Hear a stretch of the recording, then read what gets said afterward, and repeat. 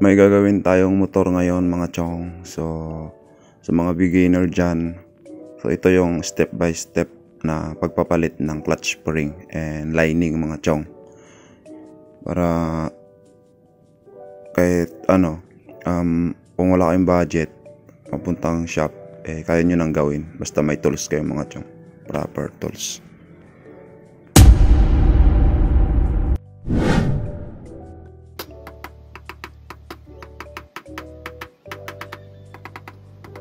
Matagal na, kumbaga matagal nang hindi nabubuksan kaya ganyan na lang katigas.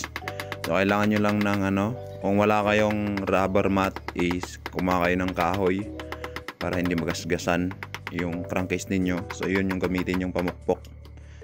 So huwag kayo matakot na mamukpok dyan mga chong, hindi naman mababasag yan.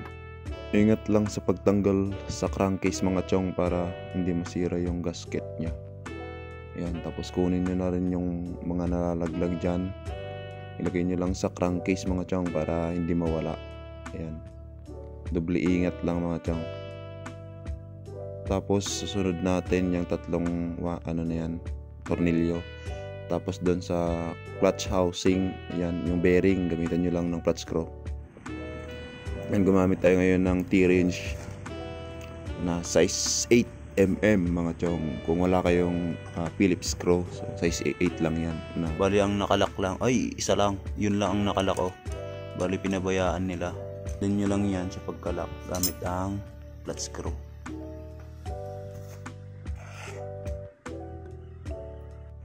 Pagbukas na lahat yan, yung lock nya dito, so gumamit kayo ng ito, Plyman Special Tools. Bili ko lang sa Shopee to.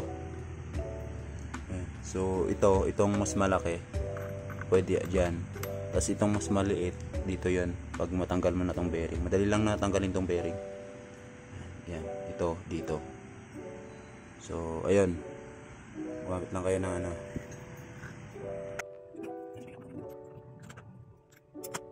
pag matigas to mga chong, ang gawin nyo is pwersahan nyo na lang. Kumbaga example lang, kasi wala ang power tools, mano-mano lang to Ayan, basta nakapasok na yan. Ang gawin nyo, so adjust natin. Ayan, bali kumuha kayo ng kung wala kayong pamukpok, ito rubber mat, pupukin nyo lang to, pak, pwersahin nyo lang na ganun, basta maayos lang yung dito, basta maayos, matatanggal na yan.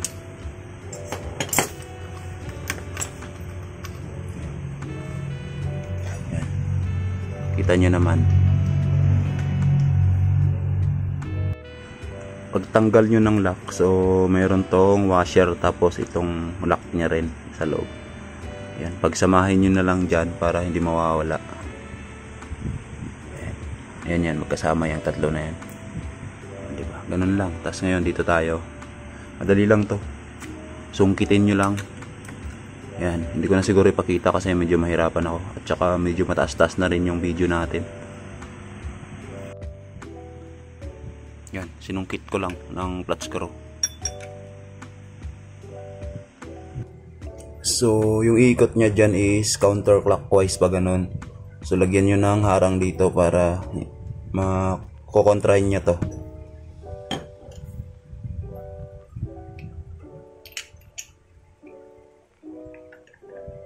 Yan, yun yung diskarte.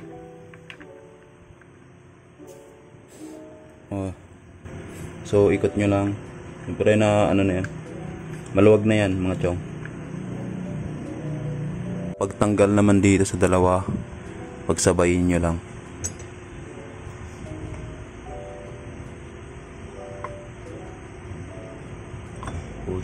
Push nyo to, tapos alalay sa washer dito, baka malaglag.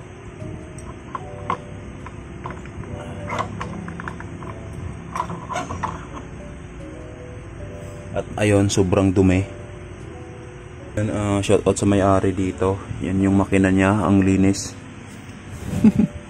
Sobrang dumi. Ayun, sunod dito, alalayan nyo lang, tignan nyo lang yung yan, ito, washer. So pinaka-importante ito mga chong, para hindi kayo malito. So, yung lock, yun oh, yun yung lock. So, ilagay nyo yung lock sa taas. Yan. Yan yung washer, tapos yung lock sa taas. Yan. Ito yung lock nito. Para hindi kayo magkalito-lito. Yan. Mga beginner. Ngayon, ito ay size 10. Madali lang to mga chong. Ang gawin nyo dito, pag ano kayo dito, huwag paluwag. So, ito, paluwagan mo. Yan, salit-salitan sila. Yan, para hindi kayo malito. So, yun muna. So, ito yung gagamitin ko kasi mapayat. Mataba.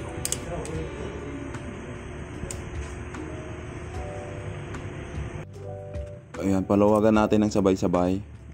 Mga chong para hindi mabali yung loob. Tapos, tanggalin natin yan. Yan na yung mga stock spring niya. So, may 6 na stock spring. Yan. Tapos, may washer pa yan sa loob mga chong. Yun yung importante rin para hindi mag-slide. Huwag niyong kalimutan yung washer dito. Yan. Yan. So, ilagay niyo muna dito. Bali, makapal pa naman yung lining niya. Yan o. Pwede pa naman. Di ko alam kung ano. Madulas lang yung ano. Pwede pa naman yan o. Tingnan natin yung stock lining. So, ayun. May napansin tayo dito sa ano niya, lining niya. Yan o. Wala na yung maliliit na spring na 3. So, bali dito nakalagay yun. Yan, dito. Ngayon, kaya pala ano, maluwang. Kaya parang nag-i-slide siya is wala na yung ano niya. Wala na. So, hindi ko pa binabaklas lahat to. So, tinignan ko lang. Ito pa lang yung binaklas ko. Kasi pagkumparahin natin.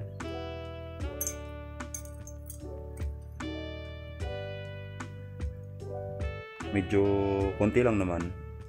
Konti lang yung diferensya. Yan. Yung problema dito, wala na yung spring na maliliit. So, kontakin muna natin yung ano, yung may-ari. Saan nila pinaglalagay yung ano. So, bali ang ginawa nila, kasi hindi nila nilagay yung ano, nakausap ko na yung may-ari. Hindi daw nilagay yung maliliit na spring.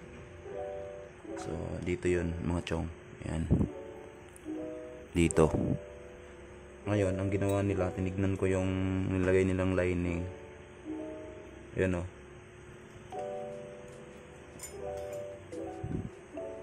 Yan, yun yung paglagyan ng maliliit na spring. Pinutol nila. So, ginawa nila is parang ano, carb.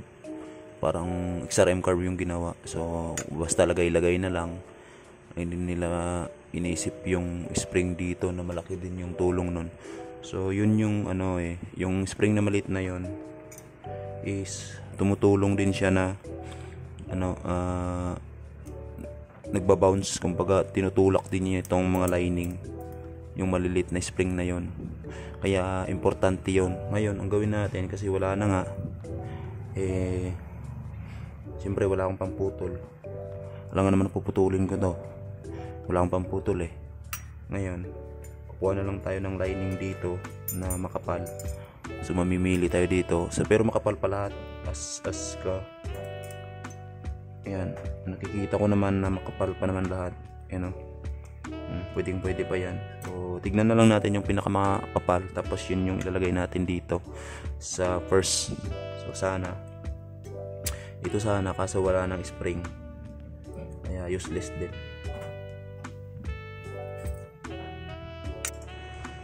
Yan, ibabalik na natin mga chong.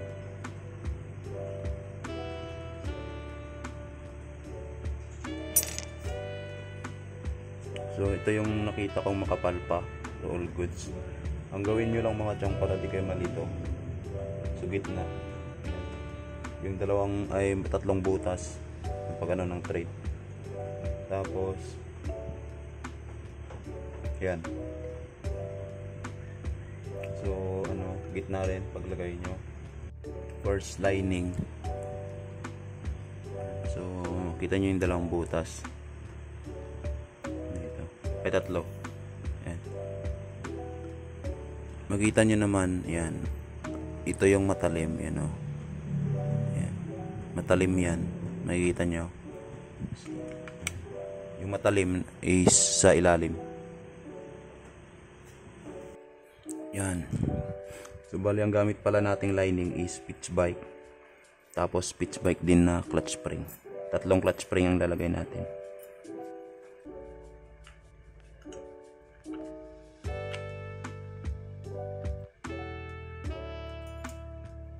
Yan, matalim.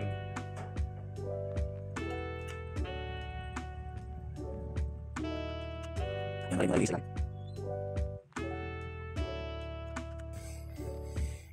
Tapos yung ito, ayan, huwag niyong kalimutan yan.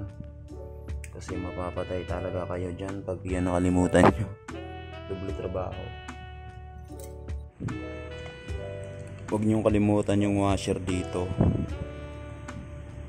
Lagyan nyo na lang ng grasa para dumikit, para hindi siya ma-disalign. Ayan. So ibalik nyo lang to. Ito na yung setup nya. Bali yung may thread, yun yung paglagyan ng racing spring. Yan.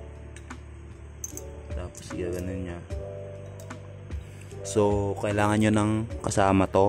So magpupush ng ganyan para ma-thread. Tapos ang gawin nyo dyan is salit-salitan. So wag yung ano dito lahat. Dapat salit-salitan yan mga chong para hindi mabali. Tapos wag masyadong maigpit kasi bibigay yung bibigay yan mga chong, mapuputol yan. Kaya dapat saktuhan lang. So ngayon ipupunta ko sa kasama ko, magpapatulong ako kasi hindi ko kaya tong mag-isa. So yun mga chong, pakita ko na lang mamaya. So yan mga chong, na ano na natin. Yan, nagpatulong tayo sa tropa kay Rick Ariola. Yun, shout out sa'yo. Salamat.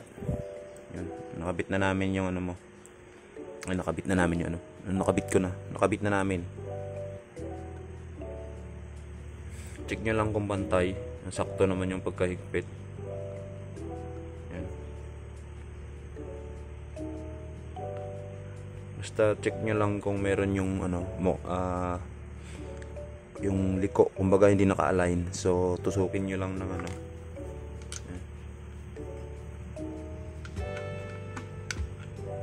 Kasi ito yung mga hindi naka-align na yung clutch spring. Ayan. So pwede na to, kakabit na natin. So pag kinabit nyo na, ayan, lagyan nyo lang ng isagad nyo to. Ito yung technique, hindi lang pala kabit-kabit pala to mga chong. Hindi lang to kabit-kabit, kaya dapat ayan, dapat alam nyo to. Ayan. Kahit mga tatlo. So example yan, yung ano nya, yung ngipin. So ikot mo lang tatlong ano, 1, 2, 3. Ayan. Tapos idikit nyo yan mga chong dyan. Pag naiikot nyo, dikit nyo yan para hindi matanggal. So pagsabayin nyo lang na ibalik. So may nakita din ako dito sa ano na to, may problema rin.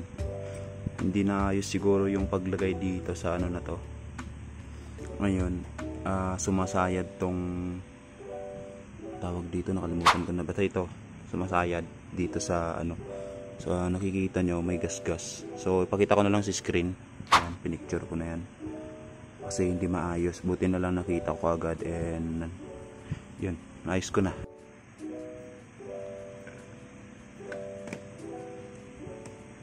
Yan, wala nang sabit mga chong. Yung butas dito. Tapos long ano, may hati dito.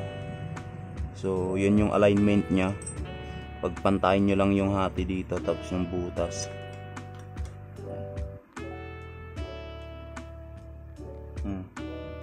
So ito naman, yan, nakikita nyo to. Lagyan nyo lang ng grasa. Yan. Yan, pasok nyo dyan. Grasa, yan. Yan. Yan, basta applyan nyo lang ng grasa mga chong para hindi matanggal, and iwas na rin, doble trabaho mga chong. Yan, huwag kayong magkabahan mga chong na maglagay ng grasa, wala namang problema sa makina yan. Siyempre, nahahalo na yan sa oil. So, overall goods yan mga chong, kaya don't worry sa mga beginner, huwag matakot.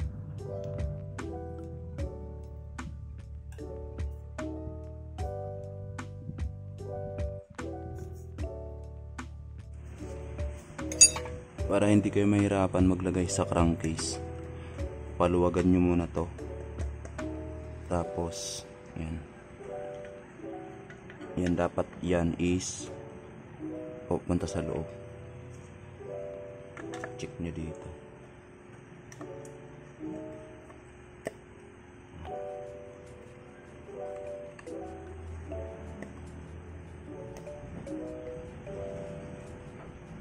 So yan. So clockwise, ganun. Clockwise. So yan, lagay na natin. Pag nasalpak mo na yung crankcase mga chong, ayan, lahat-lahat na. So magta-timing na tayo. So dyan ka magta-timing. Dyan sa tinuturo ko na yon. Yan, so paigpitan nyo muna mga chong. Yan, i-counterclockwise nyo muna. Yan, para tapos paandarin nyo na tong motor. Pag napaandar nyo na, patakbuhin nyo, saka kayo magta-timing ulit. So ita-timing nyo yan hanggang sa makuha nyo yung gusto nyong tigas ng cambio mga chong, kasi dyan tayo magta-timing sa cambio eh. So madali lang yan mga chong, walang problema yan, huwag kayong matakot. So ayun mga chong, nagpapasalamat ako sa nakatapos and sa mga bagong followers natin dito sa Facebook natin. So ayun, abang-abang na lang sa next video natin mga chong. So ayun, comment na lang din kayo kung may tanong kayo sa akin. So comment na lang kayo. Ride safe mga chong. So thank you very much.